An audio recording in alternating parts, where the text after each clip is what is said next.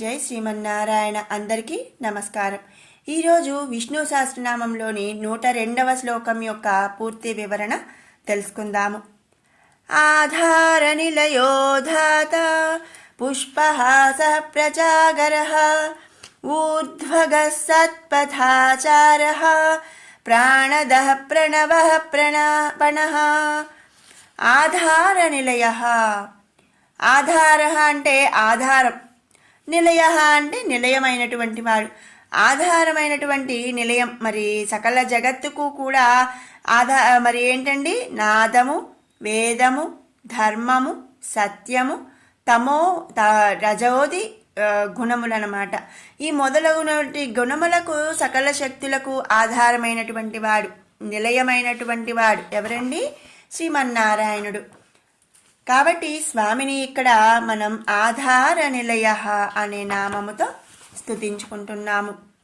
తర్వాత నామం అధాత. సకల జగత్తునకు కూడా ఆధారమైనటువంటి పరమాత్మునికి కూడా ఆధారమైనది ఈ జగత్తునందు వేరేదీ లేదు. అతడు ఆధారరహితుడు. అధాత. ధాత అంటే ఆధారమైనది, అధాత అంటే మరి ఆధారమైనటువంటిది ఏదీ లేదు అని అర్థం అన్నమాట. ఆధారరహితుడు. మరి మనం సకల సృష్టి కూడా స్వామి నుంచే ఉద్భవించింది అని చెప్పుకున్నాం. కాబట్టి స్వామివారు జనన మరణాలు లేనటువంటి వాడు, రూపురేఖలు లేనటువంటి వాడు, మరి శరీరం లేనటువంటి వాడు అనుకున్నాం. కాబట్టి మరి స్వామివారికి ఎటువంటి ఆధారము అవసరం లేదు, ఎటువంటి ఆధారము లేదు. కాబట్టి ఇక్కడ అధాత అనే నామంతో స్తుతించుకుంటున్నాము. తర్వాత నామం పుష్పహాసః. వికసించినటువంటి మొగ్గను మనం ఏమంటామండి? పుష్పం అంటాం, పువ్వు అంటాం. హాసః అంటే చిరునవ్వు. చిరునవ్వుతో పరమాత్ముని యొక్క ముఖం పుష్పమును పోలి ఉంటుంది. పరమాత్మ స్వరూపము సకల జ్ఞాన సంపన్నమై అతని నుండియే ఈ నామాత్మక జగత్తు ఒక పుష్పము వలె వికసించింది అని ఇక్కడ చెప్తున్నారనమాట. వికసించిన పుష్పము వలె చిరునవ్వుతో కలకల్లాడుతూ దివ్యమంగళ స్వరూపమైనటువంటి శ్రీ మహావిష్ణువే ఈ సకల జగత్తును ధరించి ఉన్నాడు అని కూడా మనం చెప్పుకోవచ్చు అనమాట. తనను ఎవరైతే ఆశ్రయిస్తారో వారికి పరమపదమును ప్రసాదిస్తున్నాడు శ్రీమన్నారాయణుడు. పరమపదము అంటే మనందరం చెప్పుకోకి ఇంతకుముందు చెప్పాను, మోక్షం. మోక్షాన్ని పొందిన వాళ్ళు మాత్రమే పరమపదమును చేరుకోగలుగుతారన్నమాట. అంటే ఏంటి? స్వామివారి యొక్క సాన్నిధ్యం అన్నమాట. అలాంటి స్వామివారి యొక్క సాన్నిధ్యాన్ని, పరమపదాన్నాన్ని ప్రసాదించేవాడు శ్రీ మహావిష్ణువు. వికసించినటువంటి పుష్పము వలె కళకళలాడేటువంటి వాడు కాబట్టి మరి ఈ వికసించినటువంటి పుష్పము వలె ఉన్నటువంటి ఈ జగత్తును మరి ఉద్భవించినటువంటి వాడు శ్రీమన్నారాయణుడు. కాబట్టి స్వామిని ఇక్కడ పుష్పహాసః అనే నామముతో స్తుతించుకుంటున్నాము. తర్వాత నామం ప్రజాగరః. ప్రజాగరః. స్థితిగుణ ప్రధానుడైనటువంటి శ్రీ మహావిష్ణువు సృష్టి యావత్తును అనుక్షణం ఏం చేస్తాడండి? కంటికి రెప్పలా కాచుతూ ధర్మములను లోక కంటుకుల నుండి కాపాడుటకు సర్వకాలాలందు కూడా మేల్కొని ఉంటాడు. మనం ఏం చేస్తామండి? ఉదయం అంతా పని చేసిన రాత్రులు నిద్రపోతుంటాం. ఇక మరి మ్యాక్సిమం ఇప్పుడు మనమైతే ఈ పనోళ్ళు వచ్చారు, ఇంకా ఏం పని ఉంటుందండి? లేవటం, తినటం, పడుకోవటం అన్నట్టు చేస్తూ ఉంటాం. అయితే స్వామివారు మాత్రం 365 రోజులు 24 గంటలు కూడా ఎప్పుడూ మేలుకొని మరి కాపాడుతూ ఉంటాడనమాట. లోక కంటకుల నుంచి, రాక్షసుల నుంచి స్వామి కాపాడుతూ ఉంటాడు. కాబట్టి మరి స్వామిని ఇక్కడ ప్రజాగరః అనే నామంతో స్తుతించుకుంటున్నాము. తర్వాత నామం ఊర్ధ్వగః. సమస్త సృష్టిలో ఉన్నటువంటి ఉత్కృష్టమైనటువంటి శక్తి సామర్థ్యములు, దయ, కరుణ కలిగి ఉండినటువంటి శాంతమూర్తి. ఉత్కృష్టమైనటువంటి శక్తి సామర్థ్యాలు అంటే ఏంటి, ఇక ఆ శక్తి సామర్థ్యాలకు మించి ఇక ఇంకేమీ లేవన్నమాట. ఈ వెపన్కి మించి ఇంకా ఇంకా పెద్ద వెపన్ లేదండి అని అంటూ ఉంటాను చూడండి, ఆ విధంగా అనమాట. అలాగే దయా కరుణ కలిగి ఉన్నటువంటి శాంతమూర్తి స్వామి. అందుకనే స్వామిని ఇక్కడ ఊర్ధ్వగః అనే నామంతో స్తుతించుకుంటున్నాము.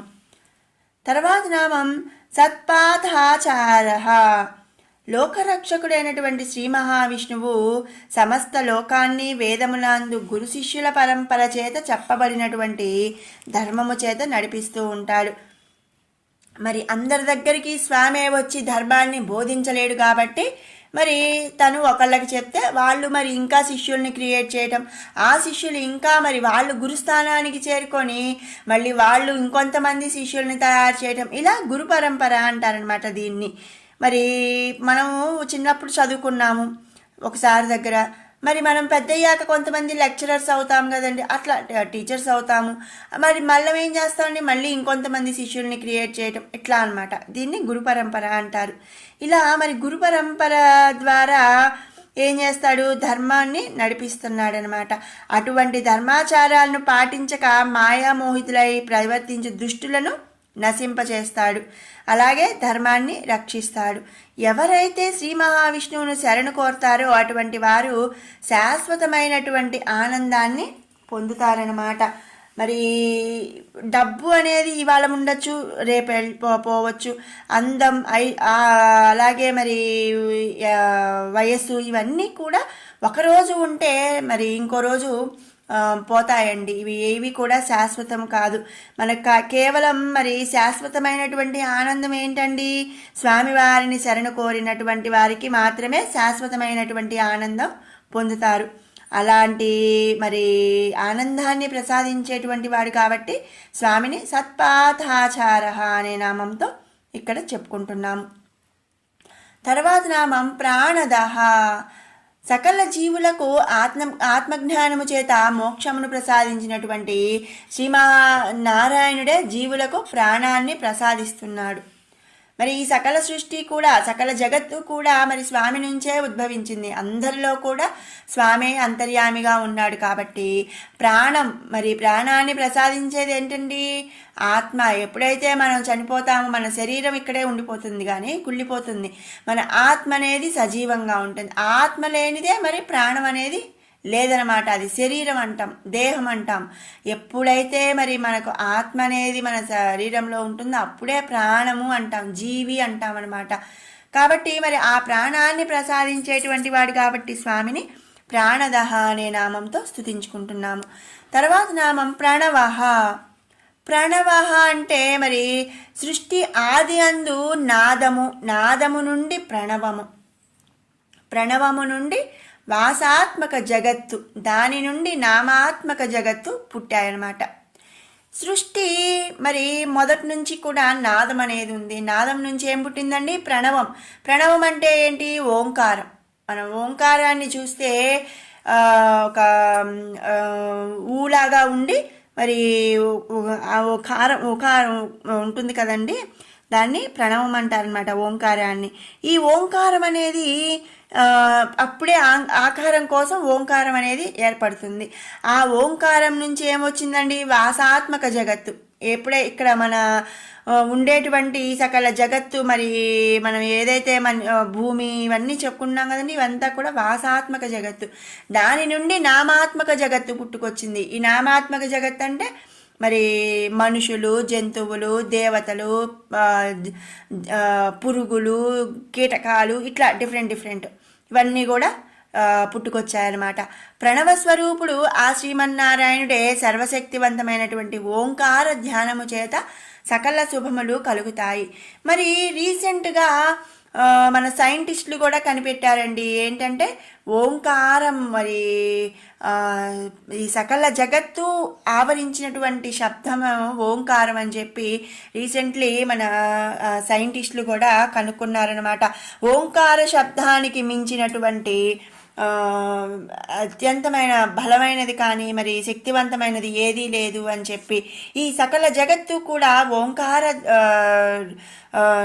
ఓంకారం నుంచే ఇది వస్తుంది అని చెప్పి సైంటిస్టులు కూడా కనుక్కున్నారనమాట. అటువంటి ఓంకార ధ్యానము చేత మాత్రమే సకల శుభాలు కలుగుతాయి అన్నమాట. మనం చూస్తేనండి, మనం ఏమీ రాకపోయినా సరే, మనకి ఏవి తెలియకపోయినా సరే, ఒక 10 నిమిషాలు కూర్చొని కళ్ళు మూసుకొని ఓం ఓం ఓం ఓం అని చదువుకున్నా కూడా చాలన్నమాట. ఈ ఓంకార శబ్దమే అనే కాకుండా మరి ఏ విధంగా అంటే, మరి మన సైంటిస్టులు కనుక్కున్నది ఏంటంటే, ప్రతిరోజు కూడా కేవలం ఒక 11 సార్లు మనం ఓంకారాన్ని జపించినా కూడా మనకున్నటువంటి రోగాలు ఇవన్నీ కూడా పోతాయి అని చెప్పి కూడా రీసెంట్లీ సైంటిస్టులు కనుక్కున్నారు. మరి కాబట్టి అలాంటి ప్రణవ స్వరూపుడు కాబట్టి స్వామిని మనం ఇక్కడ ప్రణవః అనే నామంతో స్తుతించుకుంటున్నాము. ఇంకా మన లోతుకు వెళ్తే చాలా ఉందండి మన పురాణాల్లో. మరి శ్రీమన్నారాయణుడు ఉద్భవించడం, ఆయన అంటే అవతరించడం, ఆయన నాభిలో నుంచి ఒక కమలం వచ్చి బ్రహ్మదేవుడు రావటం, మరి ఆ బ్రహ్మదేవుడు మరి ఏం చేయాలి అని ఆలోచించి ఆయన ఆలోచిస్తే ఓం అనే శబ్దం వినబట్టం, ఆ ఓంకారం అంటే శ్రీమన్నారాయణుడు జపించేటువంటి ఓంకారం వినిపించడం, ఆ ఓంకారమే చదవాలేమో అని ఈయన ఓంకారం చదవటం. ఇట్లా మనం లోతుకెళ్తే దీని గురించి చాలా ఉంది. మనం ఇంకొకసారి స్పెషల్గా ఒక వీడియో అయితే మనం చేసుకుందామండి ఈ ఓంకార శబ్దం గురించి, ఈ ప్రణవం గురించి. ఇక తర్వాత నామంకి వస్తే, తర్వాత నామం పణః. పణః అంటే మరి సర్వశక్తి సంపన్నుడైనటువంటి పరమాత్ముడు తాను శేషిగా సకలము శేషిభూతులుగా ఉన్నటువంటి వాడనమాట. అంటే ఏంటి, మనస వాచ కర్మణ అంటే ఈ 3 త్రికరణం అంటే ఏంటి, 3 కరణాలు ఏంటండి, మనసు, వాచము అంటే మాట్లాడటం, కర్మణ అంటే మనం చేసేటువంటి పనులు. ఈ త్రికరణ శుద్ధిగా తనని ఆరాధించిన భక్తుల యొక్క పుణ్యకర్మలను తను ఫలంగా స్వీకరించి ఆ కర్మ యొక్క ఫలములను వారికి ప్రసాదిస్తాడనమాట. మనస్ఫూర్తిగా మరి మాట పూర్తిగా, కర్మ అంటే చేతల ద్వారా, మనం మాట్లాడే దాని ద్వారా, మనస్సు ద్వారా, ఈ 3 విధాలుగా కూడా మనం స్వామిని ఆరాధించాలన్నమాట. అటువంటి భక్తుల యొక్క పుణ్యకర్మలను తాను పణంగా అంటే ఏంటి, మరి ఒక నైవేద్యం అనుకోండి, ఒక దక్షిణ అనుకోండి, గురు దక్షిణ అనుకోండి, ఏదో ఒకటి అట్లా స్వామి పణంగా స్వీకరించి ఆ కర్మ యొక్క ఫలములను వారికి ప్రసాదిస్తూ ఉంటారనమాట. అందుకనే స్వామిని ఇక్కడ పణః అనే నామంతో స్తుతించుకుంటున్నాము. ఇది 102వ శ్లోకం యొక్క నామాల పూర్తి వివరణ. ఇప్పుడు 101 నుంచి 108 వరకు కూడా ఒకసారి పారాయణ చేసుకుందాం. అనాదిర్భూర్భువో లక్ష్మీ సువీరో రుచిరాంగదః జననో జన్మాదిర్భీమో భీమపరాక్రమః ఆధారనిలయో ధాతా పుష్పహాసః ప్రజాగరః ఊర్ధ్వగః సత్పథాచారః ప్రాణదః ప్రణవః పణః ప్రమాణం ప్రాణనిలయః ప్రాణభృత్ ప్రాణజీవనః తత్వం తత్వవిదేకాత్మా జన్మ మృత్యుజరాతిగః భూర్భువః స్వస్తరస్తారః సవితా ప్రపితామహః యజ్ఞో యజ్ఞపతిర్యజ్వా యజ్ఞాం గో యజ్ఞవాహనః యజ్ఞభృద్ యజ్ఞకృద్ యజ్ఞీ యజ్ఞభుక్ యజ్ఞసాధనః యజ్ఞాంతకృద్ యజ్ఞగుహ్య మన్నమన్నాదయేవ చ ఆత్మయోనిః స్వయం జాతో వైఖానః సామగాయనః దేవకీనందనః స్రష్టా క్షితీశः పాపనాశనः శంఖభృన్నందకీ చక్రీ శాంగధన్వా గదాధరः రథాంగపాణిరక్షోభ్యः సర్వప్రహరణాయుధः శ్రీ సర్వప్రహరణాయుధ ఓం నమ ఇతి వనమాలి గదీ సాంగీ శంఖీ చక్రీ చ నందకీ శ్రీమాన్నారాయణో విష్ణుర్వాసుదేవోభిరక్షతు ఓం శ్రీ వాసుదేవోభిరక్షతు ఓం నమ ఇతి.